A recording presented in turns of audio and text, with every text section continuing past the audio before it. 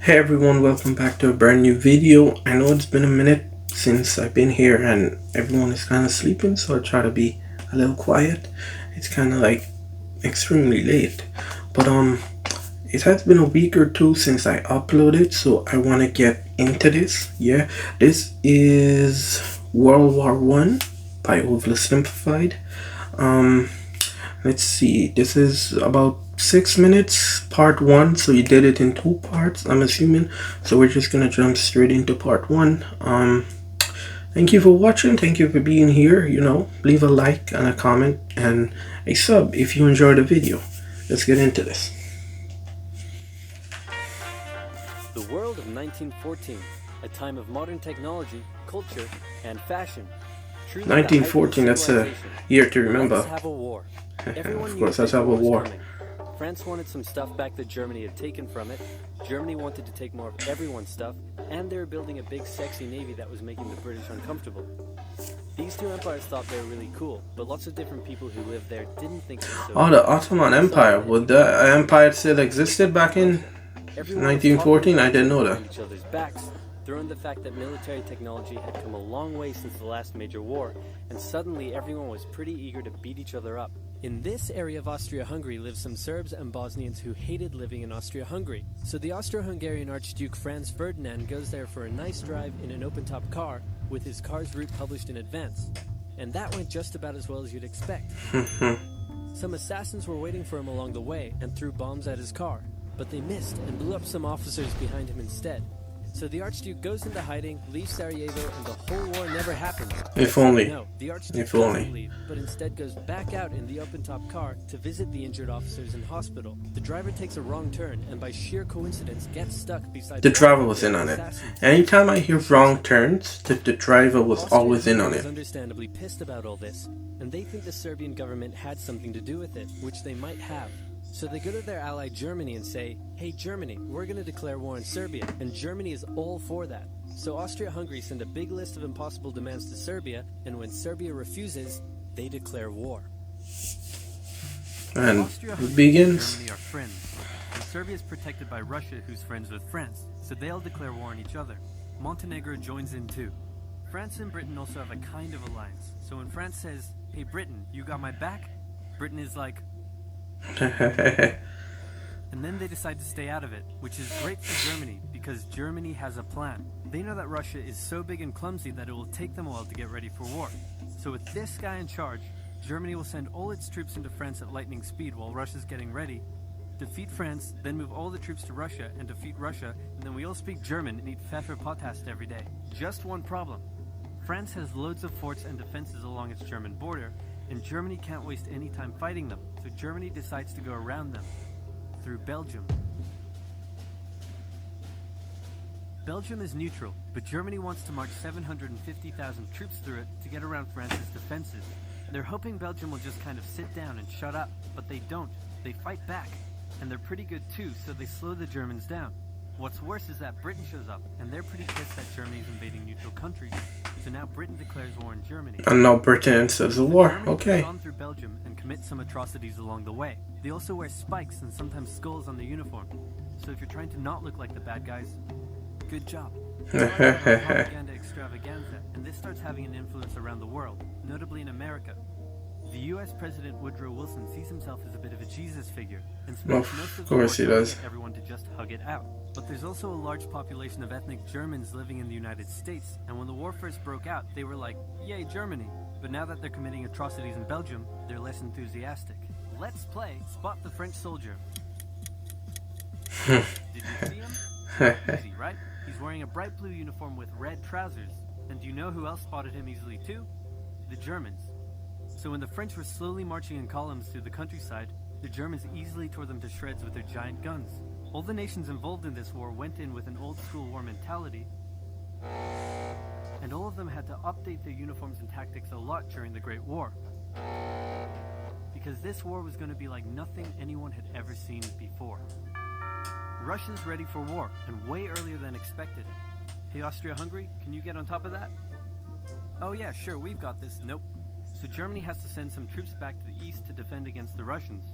The chief of staff of the Austro-Hungarian army is this guy, and although he is handsome, he turns out not to be the best military strategist. Austria-Hungary constantly ignores Germany's advice, and then comes running back to Germany whenever they get in trouble. Austria-Hungary even gets its ass kicked by tiny Serbia, who repels all their invasion attempts at the start of the war. It's better news for Germany in the north, though, where they almost completely wipe out the Russian Second Army. Back on the Western Front, the Germans continue advancing and are in sight of Paris. At this point, anyone would be forgiven for thinking the Germans were going to get that quick victory after all, but then things start to go wrong.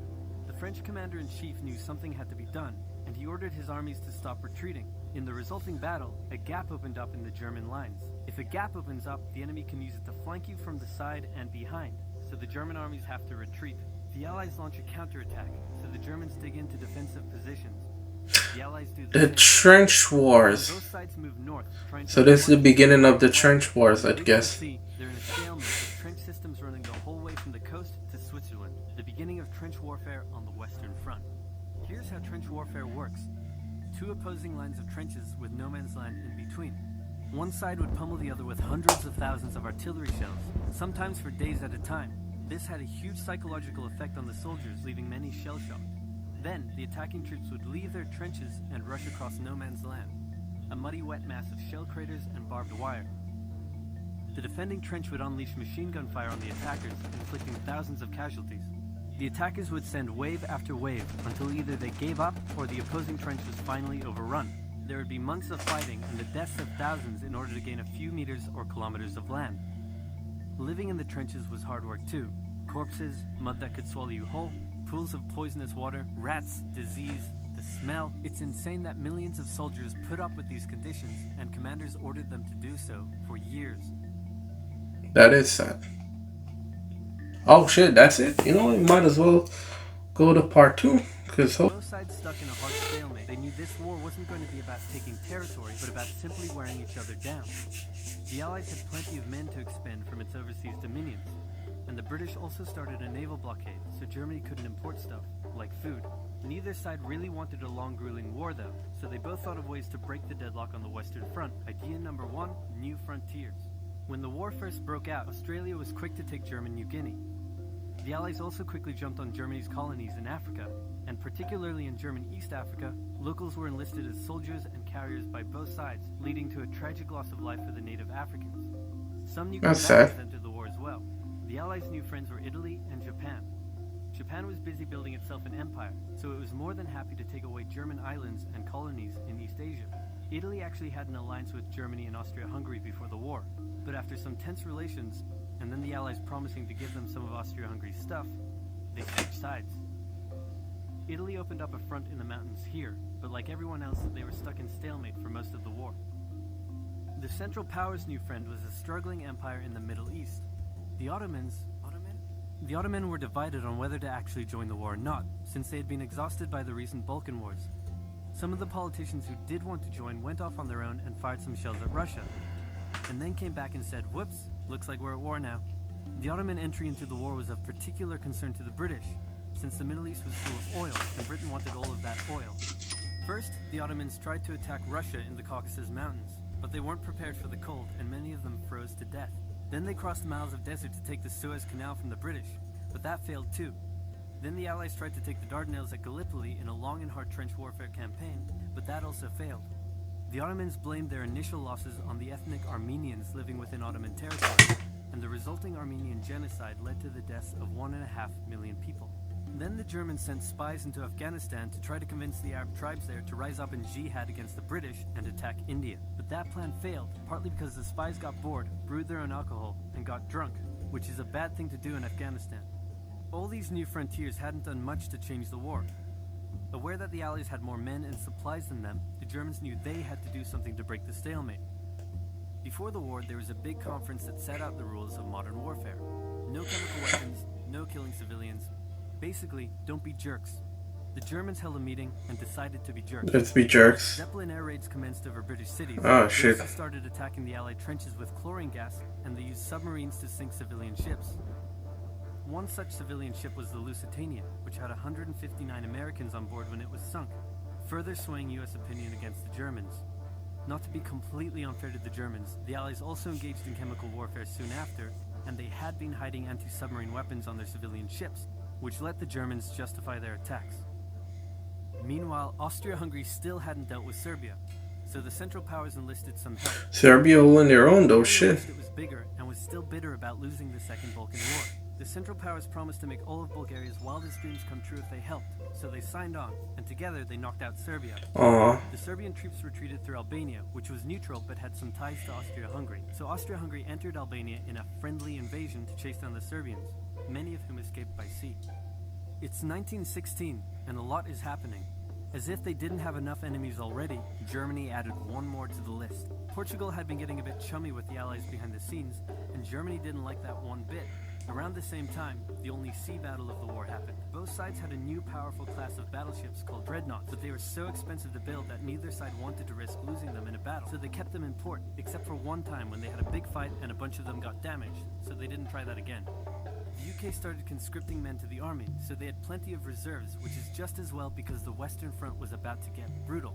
The longest and one of the bloodiest battles of the war started when the Germans launched an attack around the French city of Verdun. The French defended it desperately, leading to hundreds of thousands of casualties. Under pressure, the French called on its allies to do something to draw the Germans' attention away, so the British started their own long and brutal fight, the Battle of the Somme, with 60,000 British casualties on just the first day. It was here that the British first used one crazy brand new piece of sci-fi technology. The Russians had been getting pushed back further and further into their own territory, but in response to the French call for help, they began a huge offensive, and did really well until they ran out of supplies and got stuck. Seeing how well the Russians had been doing, Romania decided now would be a great time to jump in and win the war, and then they got pounded. The Greeks were fighting amongst themselves about whether to join the war or not. The king liked the Central Powers, while the Prime Minister wanted to join the Allies. After a brief national schism, during which the country split into two, the king finally abdicated and the country reunited. With Allied help, they began a new offensive. In the Middle East, Russia was pushing into Ottoman territory from the north. The British had also made a landing in Mesopotamia to protect Persia's oil fields, and they had also sent a small army up the Tigris River to try to take Baghdad, but the army got sieged in the town of Kut along the way, and eventually surrendered. A new offensive was launched from the south with all-out desert warfare. The offensive was aided by one famous British officer, better known as Lawrence of Arabia, who helped lead the Arab tribes in a revolt that wreaked havoc on the Ottoman supply lines. By the time 1917 rolled around, everyone was exhausted. There were mutinies in the French army, the German populace was starving, and the war had drained all of Russia's supplies. There was no clear winner, and it was still anyone's war. The only question now was, who was going to break first? And the answer was Russia. Tired of not eating and mad that a crazy magic homeless guy was calling some of the shots, there was an uprising in Petrograd complete with riots and strikes. The riots turned into a full-scale revolution and a new government overthrew the Tsar. Then a few months later, the Bolsheviks overthrew the new government, and they pulled Russia out of the war. This was great news for Germany, who now only had to focus on the Western Front. But there was still one problem. The pesky United States of America was looking increasingly like it was going to join the war. Oh yeah, USA didn't join us yet. The Allies throughout the war and was getting super rich off the back of it, meaning it was in fantastic shape and was dangerous to the Germans. So Germany sent a telegram to Mexico saying, wouldn't it be crazy cool if you guys attacked America? But the British intercepted the message, showed it to the Americans, and that was the final straw. American troops began shipping out to Europe. This was terrible news for Germany, and they knew their only hope now was to force France and the UK to surrender before the fresh American troops arrived. It was now or never, so they started one final attack. They converged their troops and hit hard at the Somme and pushed the Allies back. They hit a second time for the north, then again and again. With each hit, the Germans were spending more and more resources, while the Allies were getting better and better at repelling their attacks. By the fifth punch, the Allies held the line and even pushed back. With American troops now arriving in larger numbers, the Allies launched a counterattack, and that was it. The Central Powers were being pushed back on all fronts. Bulgaria collapsed first, followed by the Ottoman Empire, then Austria-Hungary, and finally on November 11, 1918, at 11 o'clock, Germany surrendered. At the peace treaty, Germany was forced to reduce its military, accept war guilt, and pay the bill for the war. After indescribable suffering, 17 million dead, 20 million wounded. Never had such an awful war again. For about 20 years. We did World War II, we did World War I. It's only fair that I did part 1 because I did part 2. It was a very cool video, you know. Some parts remember 1914 it started, 1918 it ended, you know. history is always fun to learn, especially if someone like this is teaching it, you know. Some people, they teach history and they got no love for history, so you can't understand nothing, you know. But this is fun. He explains it like he explained it to a child, and he explains it that you can still understand it, you know. So, thank you for watching. That is my reaction to World War One. Leave a comment, leave a sub. My next reaction would probably be the fat electrician, because it was pointed out to me that I should actually watch him. He's a World War veteran that explains a lot of mid-century stuff. So yeah, thank you for watching. Goodbye.